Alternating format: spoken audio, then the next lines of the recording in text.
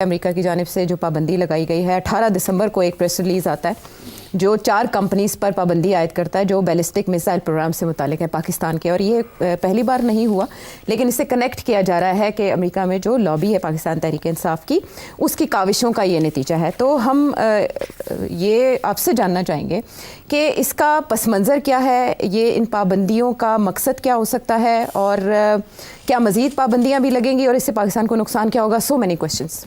ये 2-3 बातें इसमें वाज़ेह कर दूं। ये पहली दफ़ा नहीं है, कोई ये अजनबी बात नहीं है।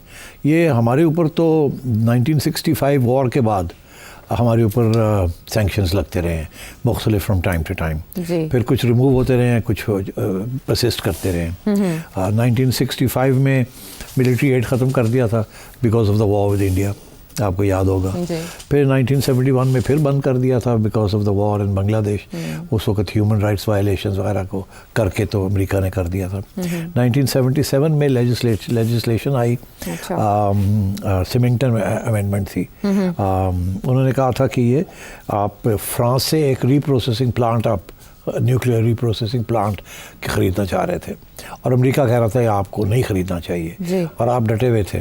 तो उन्होंने आपके ऊपर एक लेजिस्लेशन पास करके और कहा सिमिंगटन एग्रीमेंट में कि अगर आप ये करेंगे तो आपको सारी इमदाद वगैरह बंद हो जाएगी। फिर ये हुआ, हमने इनकार कर दिया, हम कह रहे हैं हम तो लेंगे, हम तो करेंगे अपना काम जो करना है। तो फिर उन्होंने फ्रांस के ऊपर प्रेशर डाला और फ्रांस ने कैंसिल कर दी जो न्यूक्लियर डील थी। तो ये 1977 में भी हमारे साथ हुआ। फिर 1979 में हुआ। ग्लेन एक और अमेंडमेंट, सेनेटर ग्लेन थे, उन्होंने एक और अमेंडमेंट की, वो भी फॉरेन असिस्टेंस की थी और वो भी यही था कि कोटा के अंदर आप न्यूक्लियर प्रोग्राम बना रहे हैं, तो इसलिए उसके ऊपर एक और उन्होंने पाबंदी लगा दी। 1990 में फिर उन्होंने प्रेसलर अमेंडमेंट की जिसके साथ यूएस मिलिट्री एड ख़त्म की और उसका भी तल्लुक़ जो था कि आप न्यूक्लियर प्रोग्राम परस्यू कर रहे हैं, उसके ऊपर भी ये किया। अब मुझे इसलिए याद है कि 1994-95 में मोहतरमा बेनज़ीर भुट्टो की गवर्नमेंट थी और वो गई थी अमेरिका और वहाँ उन्होंने जाके ये जो अमेंडमेंट्स थे इसके ऊपर बात की थी। एक छोटा सा प्रेस का भी टोला उनके साथ था जिसमें खादिम भी हाज़िर था, तो वो उससे हमें पता चला कि और मोहतरमा ने बड़ी ज़बरदस्त डिफेंस किया पाकिस्तान का वहाँ, मगर ये सैंक्शंस लगे हुए थे। फिर थोड़ी बहुत ईजिंग भी हुई उसके बाद। फिर उसके बाद मैं ये लिस्ट है मेरे पास सारी, जब मिलिट्री कू हुआ जी, आपको याद होगा 99 में तो उसमें भी उन्होंने सेक्शंस लगा दिए कि जो फॉरेन असिस्टेंस एक्ट के अंदर पाबंदियाँ लगा दी थी मुशर्रफ गवर्नमेंट के ऊपर। अच्छा, हाँ जी, क्योंकि उन्होंने कहा था कि और एटमी तजुर्बा जो पाकिस्तान की तरफ से किया गया था तब भी लगी थी उस वक्त, तो खैर बहुत बड़ी लगी थी, बहुत बड़ी लगी थी, मगर फिर उसके बाद ये है कि अभी हाल ही में ये काफ़ी चल रहा है ये मामला। 2021 में 17-18 में भी हुआ, फिर 2021 में भी हुआ, यही सैंक्शंस लगती रही हैं ऑन कॉमर्स लिस्ट जी, और उसका भी ताल्लुक पाकिस्तान के मिसाइल और न्यूक्लियर प्रोग्राम में था।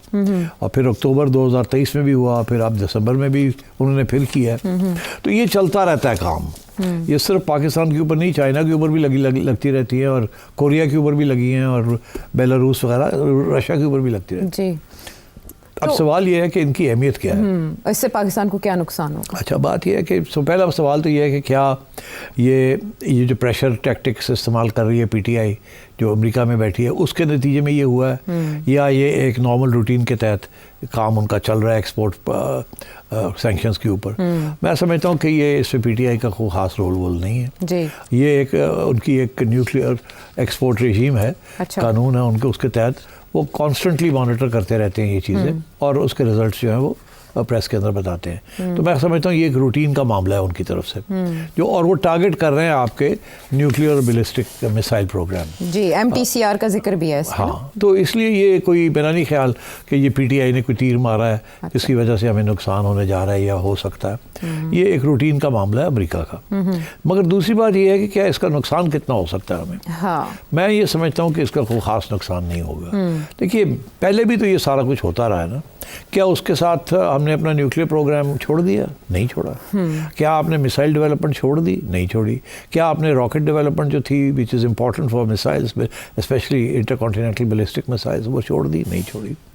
तो मैं समझता हूँ कि इसका साथ कोई ख़ास फ़र्क नहीं पड़ेगा. We will continue to do what we are doing. अच्छा. और छोटे मोटे इश्यूज बनते रहते हैं, मगर उसको रिवर्स इंजीनियरिंग करके कुछ ना कुछ करके वो मामले तय हो जाते हैं. एग्जांपल मैं आपको देता हूँ कि जितने सैंक्शंस ईरान के ऊपर लगे हैं जी, आप इमेजिन नहीं कर सकते किसी मुल्क के ऊपर इतने सैंक्शंस नहीं लगे, और अब और लगने जा रहे हैं. क्या उसकी वजह से ईरान ने अपने न्यूक्लियर प्रोग्राम ख़त्म कर दिया है या रोक दिया है? नहीं रोका ना. वो तो उन्होंने, और as part of an agreement with the earlier regime, Obama regime के साथ जो अग्रीमेंट हुई थी उसके तहत उन्होंने इंस्पेक्शंस ओपन की थी. मगर अमेरिका ने हर किस्म की सैंक्शन लगाने की कोशिश की है, और अब धमकी आ रही है of bombing Iranian nuclear sites, but Iran has not stop that. तो सैंक्शंस हर्ट ज़रूर करती हैं, मगर जब डिटर्मिनेशन हो एक मुल्क के अंदर, उनकी इस्टेब्लिशमेंट के अंदर, उनकी रेजीम के अंदर कि ये हमने करना है काम अपनी नेशनल सिक्योरिटी के लिए, तो वो बाय हुक और बाय क्रुक काम चलता रहता है. तो मैं नहीं समझता इसके साथ कोई ख़ास यूएस पाकिस्तान रिलेशंस में कोई फ़र्क पड़ेगा. ये नहीं कि इसके साथ हम इतने नाराज़ हो जाएंगे कि हम उनसे ये कर देंगे वो कर देंगे, या वो इसके बाद हमें ये करेंगे और वो करेंगे. मैं नहीं समझता कि वो स्टेज है ये. अच्छा. ना ही मैं समझता हूँ इसके साथ हमारा जो बैलिस्टिक मिसाइल प्रोग्राम है वो असरअंदाज होगा. हाँ, लेकिन फॉरेन ऑफिस ने तो रिजर्वेशंस का इजहार किया है, और ये तजियाकार भी कह रहे हैं कि जो इंडिया के जवाब में टेक्नोलॉजी बनाई गई है उस पर इस तरह की पाबंदियाँ दोहरे मयार को ज़ाहिर करती हैं और इसके ख़तरनाक नताइज हो सकते हैं ख़ित्ते में तवाज़ुन को. बात यह है कि पिछले 8-10 साल से अमेरिका और इंडिया के जो ताल्लुकात हैं, स्पेशली मिलिट्री टू मिलिट्री, वो दिन ब दिन बढ़ रहे हैं. जब से अमेरिका ने ये फ़ैसला किया कि इंडिया को as a counterweight to China बनाना है हमने, तो कुछ $21 बिलियन की इंडिया ने मिलिट्री हार्डवेयर ख़रीदा है from America in the last 10 years. और उनके साथ इतनी ज़्यादा एक्सरसाइजेज हो रही हैं और इतनी ज़्यादा कोऑपरेशन हो रही है कि वो जो लिस्टें मैं देख रहा था कि कितनी इंडिया को चीज़ें दी जा रही हैं, इट्स अनबिलीवेबल. और वो इसीलिए दी जा रही है ताकि India can stand up to China. Quad का मेंबर भी है. हाँ, वो बहुत कुछ है. क्वाड का मेंबर भी उसको बना दिया है, ब्रिक्स के अंदर भी बड़ा वो पावरफुल है. मगर इसके अलावा वो बहुत कुछ इंडिया को उन्होंने दिया है. एंड वो लिस्टें किसी वक्त चाहे तो हम बता सकते हैं, but I don't think we need to go into detail. जी, इंडिया के साथ बहुत रिलैक्सेशन है ऑन एक्सपोर्ट्स. जितनी टाइट किया जा रहा है पाकिस्तान को, उतना ही उसके ऑपोजिट इंडिया के साथ बहुत रिलैक्स्ड रेजीम है. उसकी वजह सिंपली यही है कि इंडिया को अमेरिका अपना एक प्रैक्टिकल अग्रेसिव एलाई बनाना चाहता है अगेंस्ट चाइना. तो इसलिए what ever India is wants, India को मिल रहा है. रॉकेट साइंस भी, रॉकेटरी भी मिल रही है, मिसाइल्स, एवरीथिंग, स्पेस प्रोग्राम में भी बहुत सब कुछ मिल रहा है उनको. बड़ी इंटरेस्टिंग चीज़ ये है कि इंडिया की जो मिलिट्री है इस्टेब्लिशमेंट अभी भी 60% से ज़्यादा जो है ना डिपेंडेंट ऑन रशिया, क्योंकि वो शुरू से ही उनके रशियन एडवाइजर्स रहे हैं, रशियन वेपनरी रही है, रशियन असिस्टेंस. तो अभी अमेरिका की ये कोशिश है कि उधर से उसको कम किया जाए. अच्छा. और अमेरिका के ऊपर ज़्यादा डिपेंडेंस की जाए. इसीलिए अब इंडिया जो है वो थोड़े से हट के Russian weapons it is moving towards America, and America पूरी फुल फ्लेज्ड असिस्टेंस दे रहा है उसको. ठीक, तो इन अ वे बढ़ावा दे रहा है जो भारतीय ज़ाइम है अमेरिका खित्ते में, भारतीय ज़ाइम को बढ़ावा दे रहा है. तो इस खबर का और इस तरह की पाबंदियों का अप्रैल में बेलारूस और चाइना की कंपनीज़ पर लगती हैं, और अब आके दिसंबर में पाकिस्तान की 4 कंपनीज़ पर पाबंदियां लग जाती हैं. तो इससे तो इंडिया के ज़ाइम में खित्ते में तोसी पसंदाना ज़ाइम में इजाफा होगा, एज एन एज लेगा इंडिया इसको. तो इसका काउंटर पाकिस्तान को सिर्फ मजम्मत से करना होगा या कुछ मज़ीद इक़दाम? नहीं, मजम्मत से तो कुछ नहीं होता, वो तो खैर अपनी पाँव पे खड़ा होना पड़ेगा. मगर इंटरेस्टिंग चीज़ ही क्या, इंटरेस्टिंग चीज़ ये है कि जाहिर है जितना अमेरिका हमें टाइट करेगा हम कहीं ना कहीं तो टर्न करेंगे. तो हम तो हमेशा चाइना की तरफ जा रहे हैं ना. जैसे शुरू में 1950s, 60s, 70s में, 80s में we were going towards America, और सारा कुछ वहीं से आ रहा था, और India was going towards the Soviet Union, और सारा कुछ वहीं से आ रहा था. अब जब अमेरिका ने हमें टाइट करना शुरू किया तो we went to China. And इसी तरीके के साथ अमेरिका जो है अब इंडिया के साथ खुल रहा है और उसको साथ ले जाना चाह रहा है. तो India is playing a very interesting game. वो रशिया को भी साथ रख रहे हैं और अमेरिका की तरफ ज़्यादा बढ़ रहे हैं. अच्छा. तो मैं समझता हूँ कि obviously India is going to get an edge. अभी जो रिसेंट एक ऐसी डेवलपमेंट हुई है that can create a very interesting situation. क्योंकि आप जिक्र ही हो गया इसका तो मैं कर ही दूँ।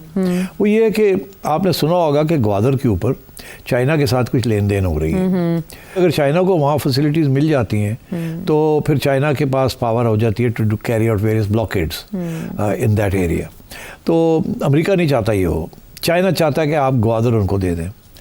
हमने एक कंडीशन लगा दी है चाइना के ऊपर, या एक कंडीशन नहीं, एक डिस्कशन चल रही है। हमने चाइना को कहा कि आप हमें अगर आप ग्वादर रखते हैं तो आप हमें सेकंड स्ट्राइक कैपेबिलिटी जो है वो दे दें आप। अब सेकंड स्ट्राइक कैपेबिलिटी क्या होती है? न्यूक्लियर। वो ये होती है कि अगर आपके मुल्क के ऊपर कोई न्यूक्लियर अटैक आती है, अच्छा, तो वो एक न्यूक्लियर अटैक ऐसे नहीं होती कि आप फिर या आप किसी को अटैक करते हैं और आपको कोई अटैक करे, तो फिर आपके पास कुछ नहीं रह जाता। तो एक after the nuclear strike, second strike ये होती है कि एक स्ट्राइक आपके ऊपर हो जाती है तो फिर आपके पास इतनी कैपेसिटी होती है कि एक और स्ट्राइक कर सके on the enemy. Second strike आमतौर पे जो लोग आपको अटैक करेंगे विद न्यूक्लियर, वो विल मेक श्योर कि आपकी जहाँ फैसिलिटीज़ हैं आपको सेकंड स्ट्राइक की कैपेबिलिटी ना हो जी।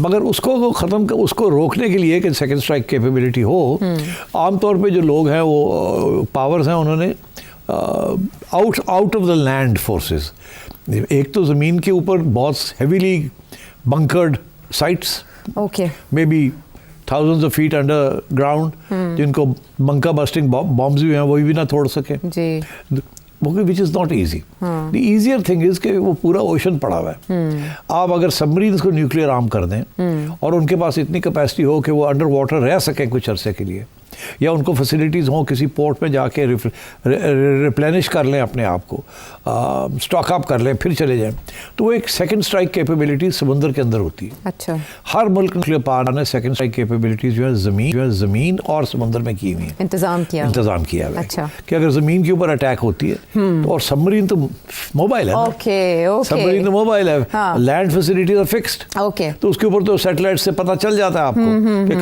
कहाँ है, तो आप उनको अटैक कर सकते हैं जी। मगर अगर आपके पास सबमरीन कैपेसिटी हो, न्यूक्लियर आर्म्ड सबमरीन्स, कि वो अंडर वाटर से फायर कर सकें nuclear missiles at the enemy, तो दैट्स अ सेकंड स्ट्राइक।